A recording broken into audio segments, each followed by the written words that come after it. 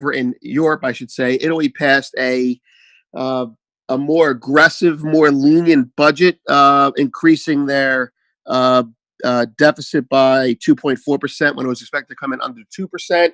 The result of that was a mass exodus of anything Italian. Bond yields went from 2.85% on the 10 year, I believe, to 3.25%. Banks dropped, bank stocks down between 6 and 7%, down over almost 9% for the last 2 days. And basically, everything in Italy is roiling the markets. They didn't just pass a budget or make a recommendation. The leadership there, the five-star group people, uh, on top of that, said we won't be held hostage to the Europe austerity, similar to what happened with Greece before. This time, however, the euro, and we're not sharing a screen today, unfortunately, but this time the euro, uh, well, it got hammered. It got hit again. It's off the lows now. Sounds like I'm quoting CNBC, but it did touch. It was on the lows of the day after the news came out. So, what does this mean for gold? Unfortunately, it means that when you have another crisis like this, or indecision, it's not bullish for gold. People were referring to things like contagion in the EM markets, and that was a crisis, and yet gold dropped. People were referring to problems in Europe, and gold dropped. Brexit, gold dropped, at least most recently referring to. So, what's going on right now is European markets are lower. Uh, Asia, well, we're not going to focus on Asia right now because I want to focus on gold. Yesterday was an interesting, if not negative day for gold. The market was weaker and then continued to sell off in spite of other markets stabilizing, not referring to the stock market, of course. What I've noticed in a pattern, if you're a trader for the last week or two, has been when the dollar has firmed up, gold has barely budged. When the dollar has, when the dollar has firmed up, gold will quickly sell off. When the dollar weakens, gold is not reciprocating in a rally, and this is during U.S. time. During Asian and European time, not so much, but during U.S. time, I'm seeing, I think is trapped longs above the market. Now, we're not talking about funds. I believe that we're looking at miners, possibly sovereign wealth funds like Venezuela did, that have to sell to settle debts. Without getting too much into the minutia, if you could go to the Opportunistic Trader website, you would be able to follow along with the technical analysis. That's what we're talking about here. Yesterday, we got a signal to sell gold around 1195, and it did break down. But if you have the charts in front of you, if not, I'll describe them best I can. You can go to the post later on. It's on Opportunistic Trader. You do not have to be a subscriber to see it. It's under Insights, and the post is titled Gold Fix Preview Technical Analysis is Nonsense. Obviously, a sarcastic statement. The first chart is a monthly chart showing two dotted yellow trend lines. Those trend lines are what everyone draws when they're trying to show the bull case, and they are valid. But we're not going to go through every chart here because I'm not sure everyone can watch along with me here. But what happened yesterday was not only did I get a sell signal that has nothing to do with technical analysis, but we stopped and paused on one of those monthly trend lines going back years, and we're now a little bit below that. So there's going to be more pressure coming in. I think I said yesterday at the end of the broadcast, below 1189, below 1193 might have been the two numbers I mentioned, or one of the two.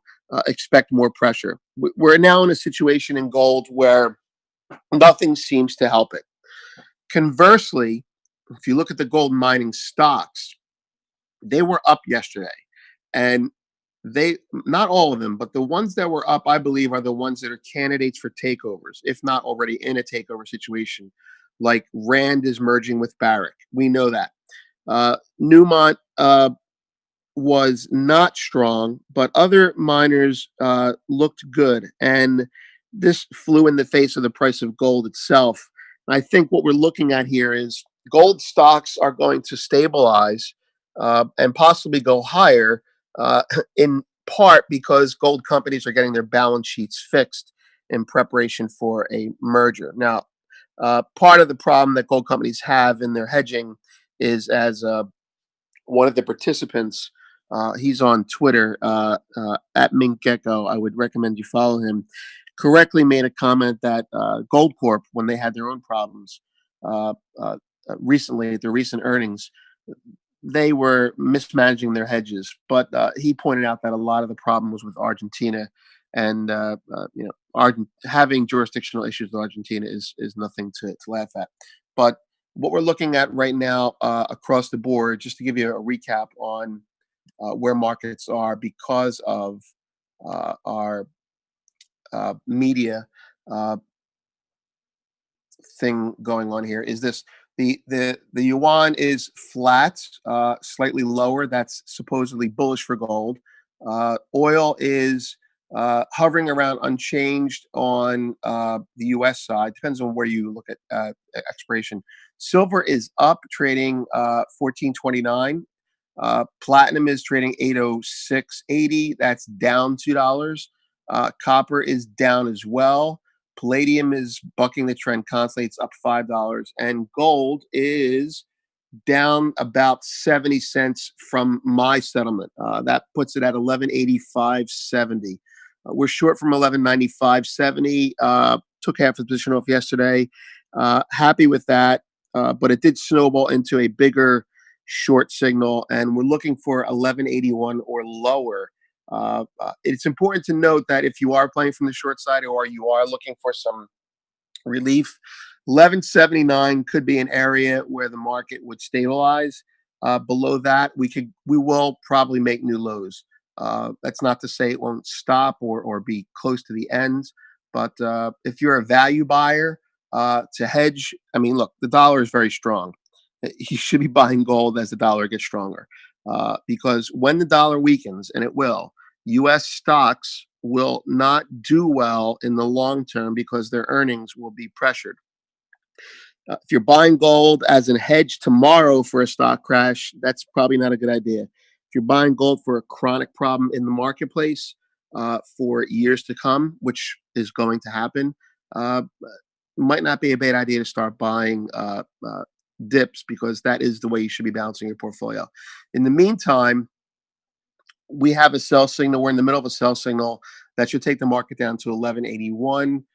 If it does not go down to 1181, 1179 area, uh, we would be flat above 1193 and possibly long above 1204. That's it for now. We're going to keep this short. I do strongly encourage you to go to the website under Insights and look for two posts: the overnight recap, which we put out daily, which also discusses the Italian situation, and this post that is accompanying the post that accompanies this broadcast, uh, called "Technical Analysis is Nonsense," a preview for the Gold Fix. Uh, as always, have a great morning, and thank you for listening in. And I'll see you Monday. Have a great weekend. Thank you all.